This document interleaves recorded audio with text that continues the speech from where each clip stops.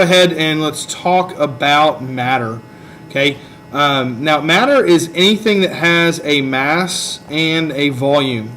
Okay, that's what matter is. Anything that doesn't have a mass or doesn't have a volume is not considered matter. Okay. Another thing about matter that we need to know is the term atom. Atom is the smallest unit of an element that keeps the properties of that element.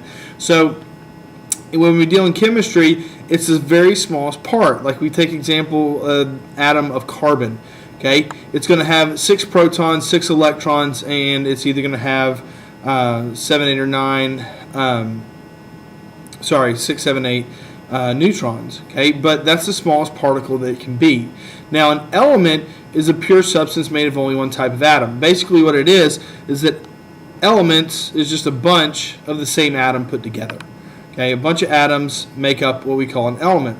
A compound is when we take 2 or more types of atoms, so 2 different elements, and we chemically bond them together. Okay, remember that chemically means that it's something brand new. It's different than the 2 elements were before. It's a brand new substance, and that would be a compound. Now, a molecule, and we'll get into this a little bit later, but a molecule is a type of compound in which bonds are covalently bonded. Okay, so there is a difference between a compound and a molecule, but we really don't need to know that until later. The other thing we need to know about matter is just the basic solid, liquid, gas, and some things about it. Now remember that a solid has a definite volume, definite shape.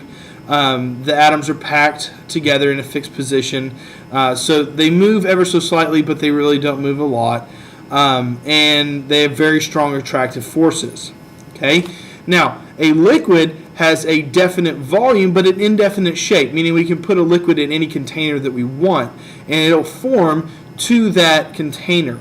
Okay, atoms are close together, but they've kind of overcome the attractive forces, so they're able to flow around and move around each other.